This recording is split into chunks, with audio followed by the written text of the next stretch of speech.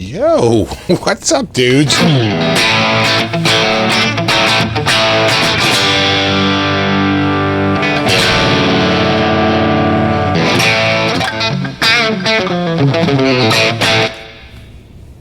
What's up? How you doing? Haven't been on a while. How's your summer going? Haven't been on a little bit. Yeah, it's the summer. It's hard. But finally got a little time today, and thought I would come on here and show you this. Check out the new axe.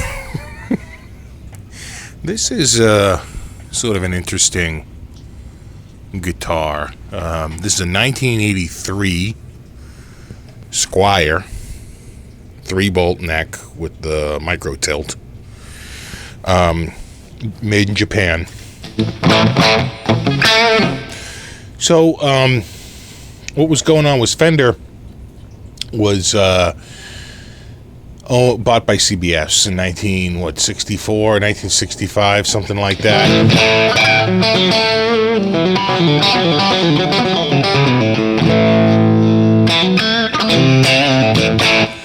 And after, almost 20 years, the quality had really gone downhill, especially really started going down in the late 70s, So they get to the early 80s, and companies like Tokai out of Japan are selling sort of the classic headstock. This is the 70s headstock, the old classic 60s headstock. They start selling those for under $500. That was the price point they were trying to reach. It was under $500. And probably really under $300. They really had to get, that was probably had to list under $500, and then they would sell it, probably like $299, So, they're getting sort of this competition from, low-cost copies. The Tokai was sort of written like Fender. The T was sort of like a backwards T, right? It's called Springy Sound instead of Stratocaster. And then it said a genuine old-style Strat, from years ago or something like that. It had this, real dig-it Fender, right on the headstock. And, they were selling pretty well enough that, Fender took note. And Fender made them change their headstock and change, a few things. But for a while there, they were really giving Fender some worry. So they had purchased the Squier name.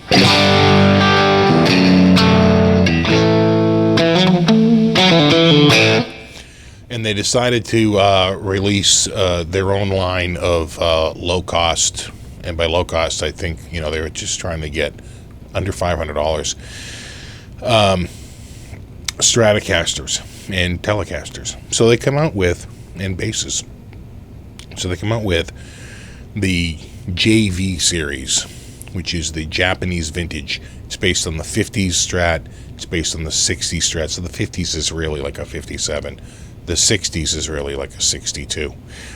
And those get imported and they show up. And these are the guitars that really sort of shook Fender up as these guitars come in, and they're pretty damn nice. Now, I have a 1982 Fender the Strat, and, the finish has really decayed over the years, unlike this finish, which is gorgeous, right? This guitar is from 1983, and that guitar is from 1982, and the finish on that, even though the rest of the guitar is in pretty good shape, just the finish, whatever process they were using, whatever paint they were using, tended to, and then it wasn't just that one. They had a couple of models around that era, the infamous white anniversary Strat, the Fender the Strat, and it seems to be the red was the most effective, where it would turn almost like caramel color, and in various places, if you touched it, if it had humidity, who knows what the factor was, but the quality was not that great. And when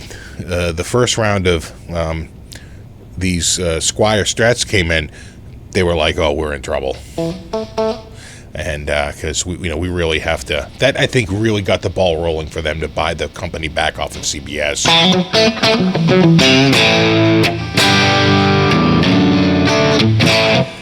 So they get the first models. They're the 50s and the 60s, and they don't get a ton of them. They're pretty rare. They're a 4-bolt neck. They have the old style headstock. One's going to have a maple fingerboard that's going to be the 50s with the single ply and the more twangy pickups, and the other one's going to have a metallic paint job with a rosewood fingerboard, triple ply, pickguard, and a few more screws in the pickguard. So slightly different. And they're then. And the year later in '83, they decide they're going to come out with the '70s one, right? So this is it. This is the year later. This is the SQ series that came out in '83. So bullet truss rod, the larger headstock.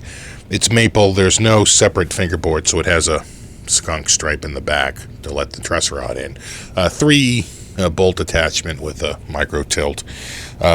Triple ply. 3-ply pickguard, and unlike the JV series where Fender was worried that they wouldn't get the sound right, they basically sent them all the pickups and I think even maybe some hardware. Whereas this one, this is the first round with the Japanese pickups, which I think sound great.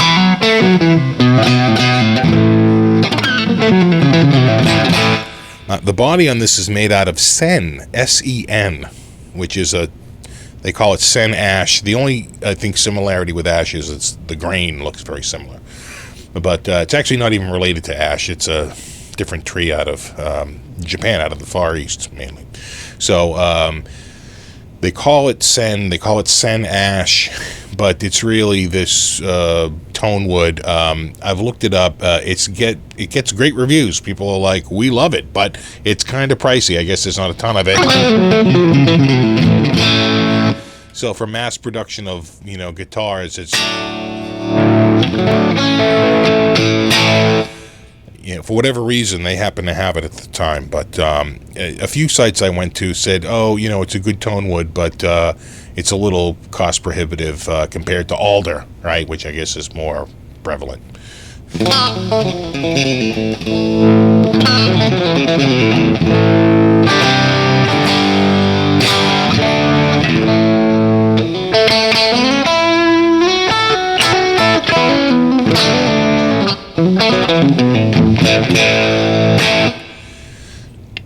So this came out. This is called the SQ series, and it goes by the serial number.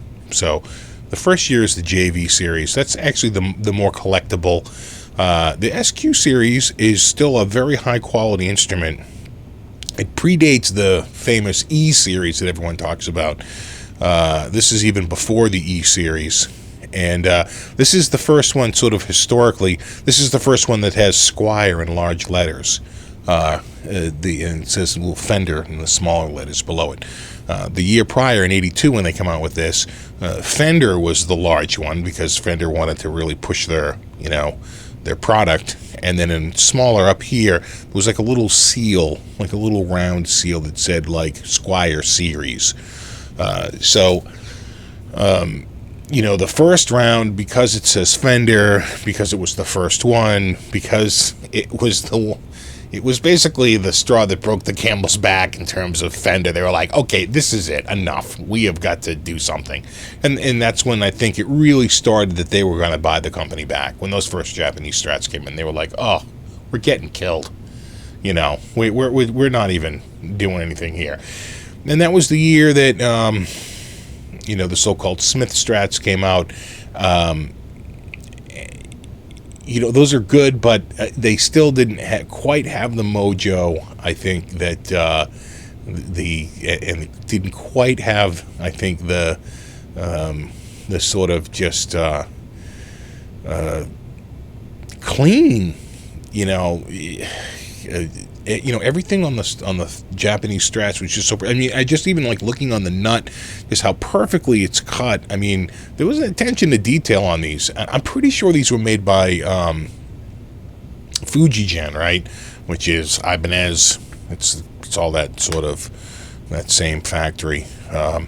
So, you know, you see these out there. The JVs are much harder to find, and they go for more money. Now, I see these out there, this particular guitar with the maple, and sometimes I see with rosewood. They made it in black, and they made it in white. They might have made one more, but I don't recall. I remember definitely black and white, and they made it with the rosewood, and they made it with the maple.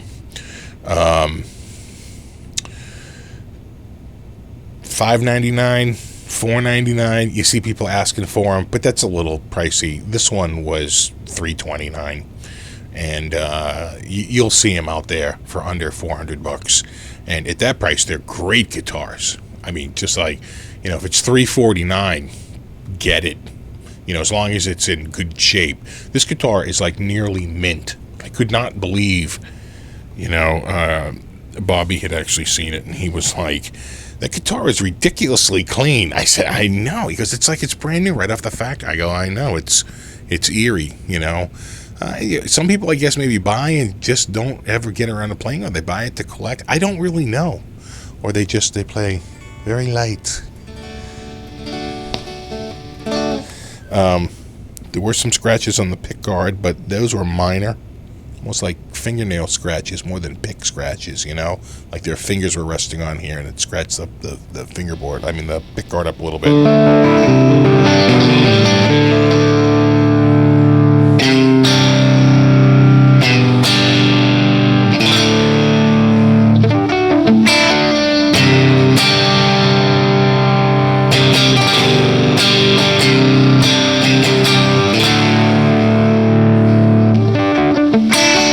So $329, and they threw in a brand new set of strings, which was cool. So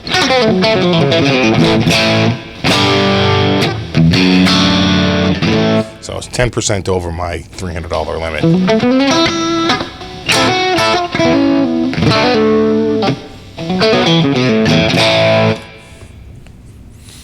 So the old Squier SQ Strats, these things are killer. If you find one, I can highly recommend them.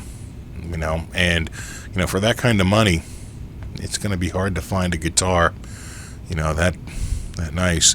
The neck even has a little bit. It's not very pronounced, but I can see it's got a little bit of flaming to it. It's pretty cool.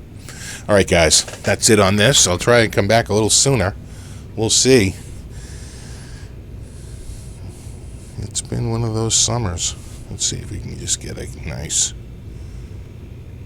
shot of this.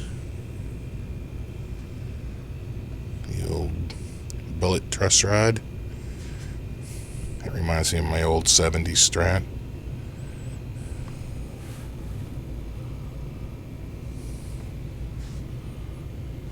And there she blows. And check out the back here. A little closer.